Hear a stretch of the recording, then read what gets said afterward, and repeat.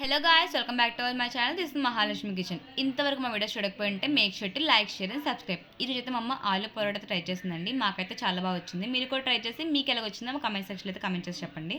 So ఇదైతే మనకి ఇప్పుడైతే కాలేజ్ అండ్ స్కూల్ స్టార్ట్ అయిపోయి కాబట్టి మనకి మార్నింగ్ టైమ్స్లో అసలు టైం ఉండదు. సో మార్నింగ్ టైం బ్రేక్ఫాస్ట్ కింద ట్రై చేసి చూడండి, బాగుంటుంది. అలాగే మనకి నైట్ టైమ్స్ అయితే మనకి ఎప్పుడైనా రైస్ తినబుద్ధి కానప్పుడు డిన్నర్ కింద అయితే చేసుకొని చూడండి.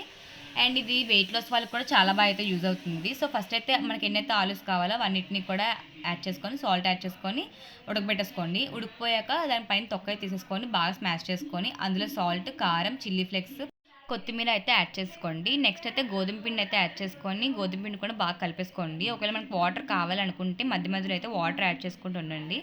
అండ్ అండ్ మనం చపాతీ ఎలాగైతే పాముకుంటామో సేమ్ అదే వేలో అయితే ఇవన్నీ కూడా రౌండ్ షేప్లో పామేసుకొని సేమ్ చపాతీ లాగా 2 సైడ్స్ కూడా ఆయిల్ అప్లై చేసుకొని అయితే కలిపేసుకోండి. అంతే అయిపోయింది. సో మీకు కనుక మా వీడియోస్ నచ్చినట్టయితే అస్సలు మర్చిపోద్దు like, share and comment, subscribe.